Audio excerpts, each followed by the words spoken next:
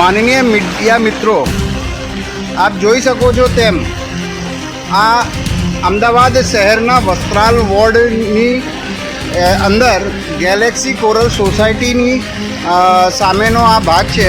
અહીંયા કમર સુધી લોકોને પાણી આવી ગયા છે અને લોકોને અહીંયા હાલાકી પડી રહી હોય ત્યારે અમદાવાદ મ્યુનિસિપલ કોર્પોરેશન તંત્રને છેલ્લા 1.5 કલાકથી રજૂઆત કરીએ છીએ કે અહીંયા જે ચેકપીટ છે તે ખોલી નાખવામાં આવે.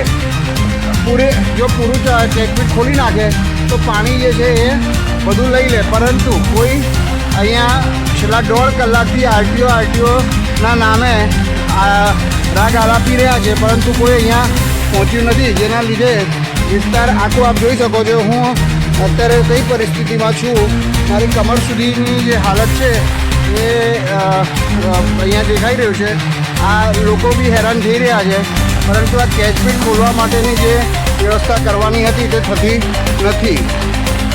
તો આપ સમજી શકો છો કે અહીંયા તંત્રની ઘોર બેદરકારી સામે આવી છે અને હાલ મેં માન્ય મ્યુનિસિપલ કમિશનરશ્રીને આ રજૂઆત કરી છે. મને આશા છે કે થોડી વારમાં અધિકારીઓ અહીંયા પહોંચશે અને જે કાર્યવાહી કરવાની થાય છે તે કરશે.